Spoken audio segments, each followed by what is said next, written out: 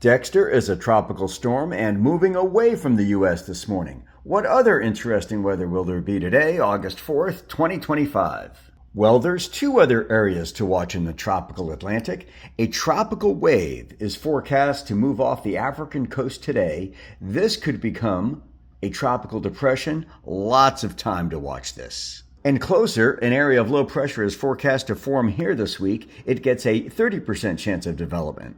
In place already there is a lot of moisture. Slow-moving thunderstorms have been a problem where I'm pointing, and 1 to isolated 5-inch amounts have been reported so far. An additional 2 to 5 inches is possible through today. I know this looks lame right now, but there were downpours here overnight. And downpours will redevelop with daytime heating, and the National Weather Service says flooding is a threat. This is Jacksonville radar. Early this morning, this just moved through Dallas-Fort Worth.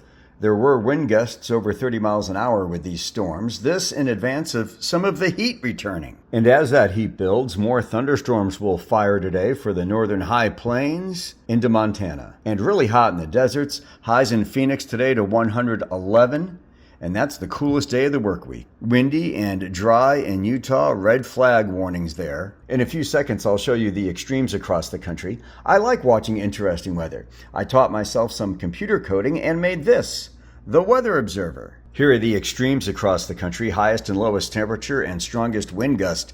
One of those thunderstorms down in the greater Dallas-Fort Worth area resulted in a wind gust over 42 miles per hour at Denton. You can see now that it's calmed down in Dallas, though. Chilly in Tahoe this morning. Please like, comment, and share. Is the weather interesting today in your area? Let me know. TheWeatherObserver.com.